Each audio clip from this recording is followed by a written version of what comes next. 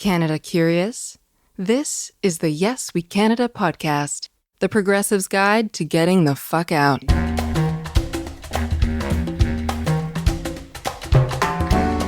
This episode, welcome to Cali-Anada. Hi, I'm Matt Zimble in Montreal. In 1992, Manteca, the jazz band I've been playing in since 1979, was on tour in the U.S. after the release of our sixth recording. Now, if you're a regular Yes We Canada podcast listener, you know the band's music because by sheer coincidence, Manteca wrote and performs the theme music to this podcast. We played a date in New York and then got on the tour bus to go directly to Los Angeles for a show at the Hollywood Bowl. Now, New York to LA by bus is not what you would call the best tour routing, and I would have fired our manager if it had not been me. Nonetheless, the cross-country ride meant a few days of much-needed sleep. Now, tour buses are usually configured with a kitchen and a dining room lounge in the front and a living room lounge in the back. In between, there are 12 bunks. It's a remarkably luxurious environment until you've been on one for, a day. On these cross-country marathons, the bus rarely stops. Our driver, who had done 3 tours of duty in Vietnam as a helicopter pilot, had a very impressive pharmaceutically enhanced endurance. Whenever he tired, he would stand up while driving, and our relief driver would sit in the driver's seat, grab the wheel, and take over in a seamless driver switch with no stopping. We had a bathroom on board and a large gas tank, so we could and did go for days. About 2.5 days into our voyage, I was in my bunk, almost asleep, and I recall the bus start to slow down.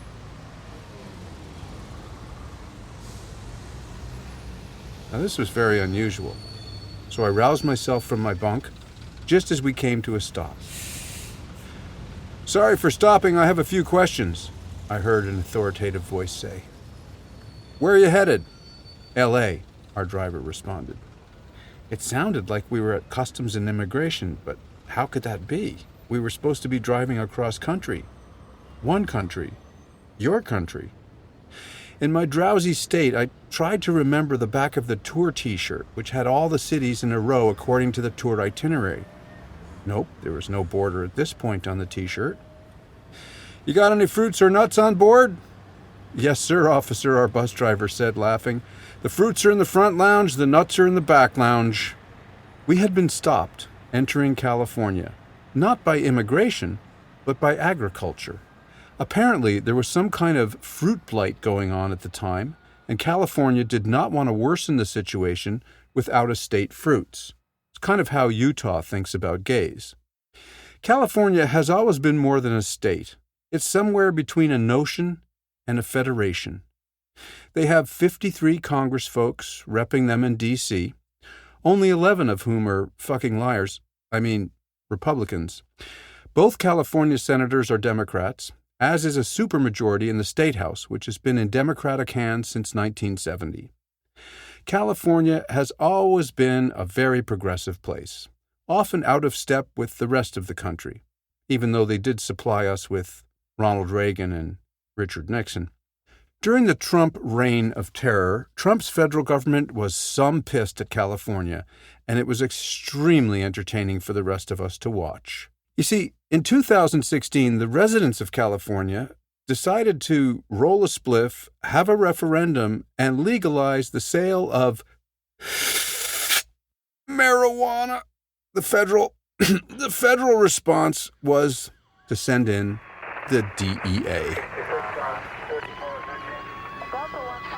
Then, a whole whack of Californian cities decided to proclaim themselves sanctuary cities, meaning they refused to reveal to the federal immigration authorities their undocumented illegal alien residents. It's estimated that there are more than 2 million undocumented residents in California. The federal response? Send in ICE. The leader of ICE, Immigration Customs Enforcement, threatened to arrest mayors of sanctuary cities. The cheeky mayor of Sacramento, California, responded by saying, "Well, he certainly knows where to find me." Then the feds, through the Department of Justice, decided to sue California for not respecting states' rights. The suit was brought by the Attorney General of the United States, who at the time was Jeffrey Beauregard Sessions, a man from Alabama who in 1986 was deemed by the U.S. Senate to be too racist to become a federal judge in Alabama. Only the second time in half a century that the Senate vetoed a federal district nominee to the bench. Wow. Too racist for Alabama. Which, of course, Trump saw as a CV enhancer and hired Jeffrey Beauregard Sessions to become his Attorney General of the United States. California has a Hispanic population of roughly 40%.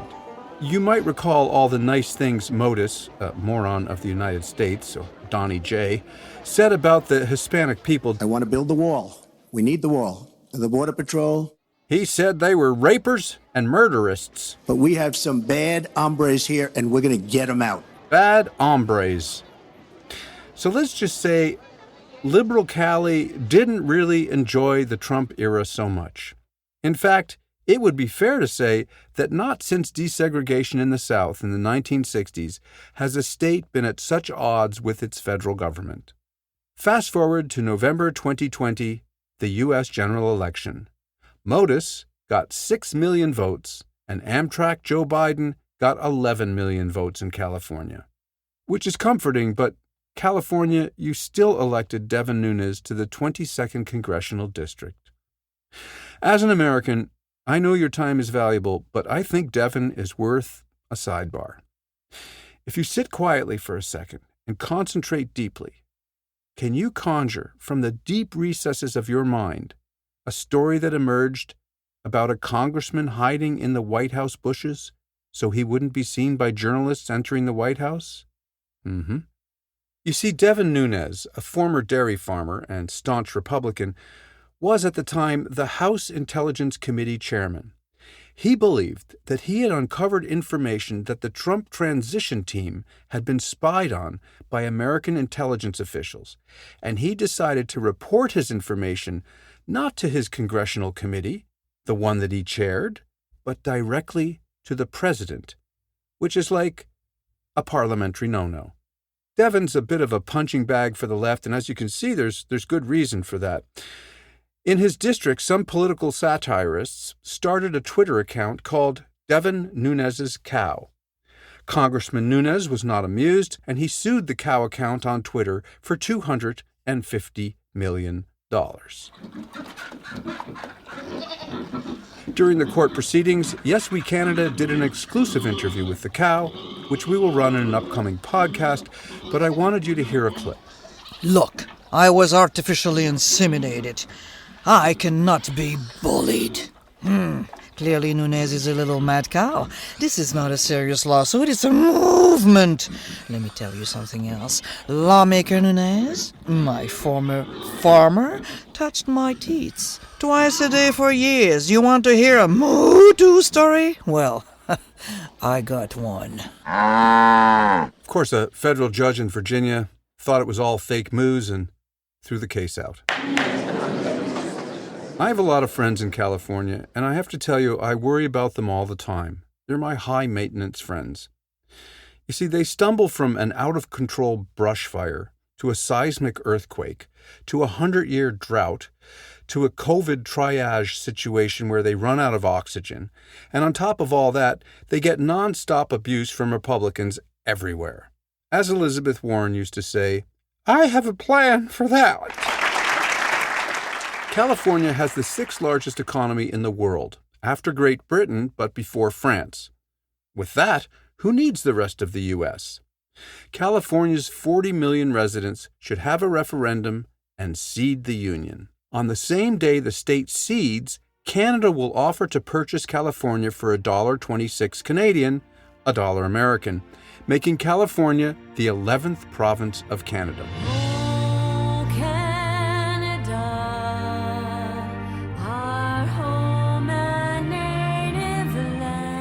Okay, now stay with me on this because it's going to get really good. Canada will then have the 6th largest economy and the 10th largest economy in the world.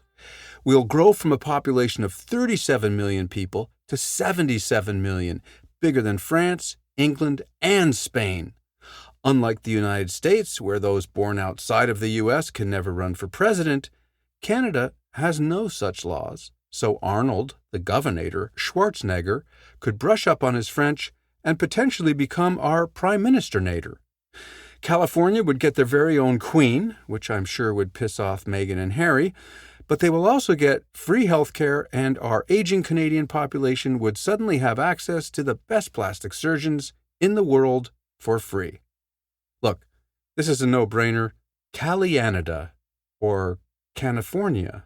We can work on the branding later, yada, yada, yada, but even more important than queens, free health care, and the fact that your bank account just grew by 26% overnight, I think the mindset of a Californian and a Canadian is much more aligned. Up here in Canada, we pride ourselves on being polite people. On my last visit to Los Angeles, where I had once again come directly from New York, I immediately noticed a remarkable difference between the politeness of California compared to the brash rudeness of New York. In New York City, a no parking sign reads, Park here without a permit and be towed at your own expense and prosecuted to the fullest extent of the law. Hey, asshole, this means you.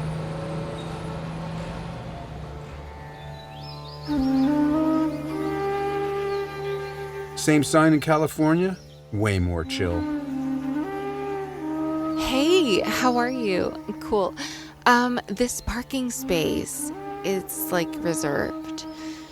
It would be great if you could find something else, if it's not too much trouble. Really appreciate it. Thanks. Namaste. Our people. So here's the state of the new union. California, we're excited about your people. We're excited about your fruit and vegetables, your wine, and of course your military-industrial complex might come in handy depending on just how pissed Washington gets. And now, since you've got some women generals, they're probably going to be cool with this. But there's just one thing, and it's just a little thing. We have in Canada what we call Canadian values: respect, kindness, justice, etc. We want our immigrants, and this now means you, to reflect and adopt these values. Look, we're not worried about Syrians. We're more worried about Kardashians. All that cable reality TV crap produced in California, Are You Hot, Brittany and Kevin, Real Housewives of Beverly Hills, the list goes on and on ad nauseum. That shit is going to have to park its sorry ass in Nevada. Although, between us, I did think Honey Boo Boo would have made a wonderful education secretary in the Trump cabinet. And come to think of it, if you didn't have reality television, you would not have had Trump, and you'd not be looking to immigrate to Canada. So I'm kind of glad you had reality television, but it's time to move on. So here's the master plan. California joins Canada. It's kind of a reverse merger and acquisition, and stay with me here because now it gets really exciting. As soon as the ink is dry on the M&A, we collectively invade Puerto Rico. Why Puerto Rico? Well, for a few reasons. First of all, as the government of the United States has proven, they do not know how to get there. After Hurricane Maria, when brown American citizens again begged their government to help them in the hour of their greatest need, the response was, "Here's some paper towels, folks. Figure it out." So our invasion would go unchallenged until the Pentagon and FEMA could figure out where the fuck the island is. Also, when we make landfall, our invading force will be heralded as saviors. Just a quick note to Dick Cheney. Hey, Dick, how's it going? Can't believe you're still alive with your weary psychopathic heart, but I guess doing the devil's work just keeps that puppy ticking. Anywho, notice how I chose the more biblical word saviors instead of your take on the invading army being regarded in Iraq as liberators? Liberators is too feminist. It's too Ms. Magazine to me. Oh yeah, and we won't make the stupid mistake that you made of firing the Puerto Rican army either. They do have one, right? Great talking to you, man. Let's go duck hunting sometime when you have a sec.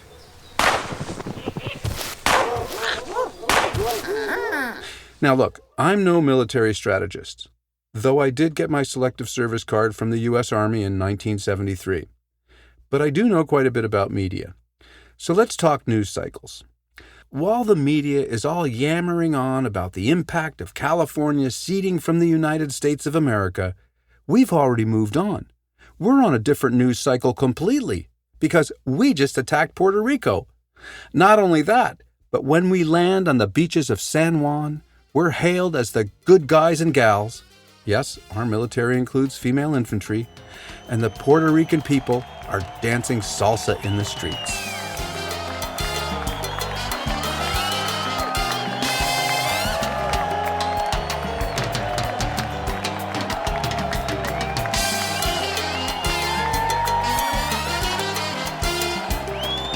We immediately make all the PRs Canadian PRs, which, as you know from your Canadian immigration exam prep, stands for permanent resident. We fix the electrical grid in a few weeks, default on all their nasty U.S. loans, and start fresh by adding 26% to their dollar Canadianos.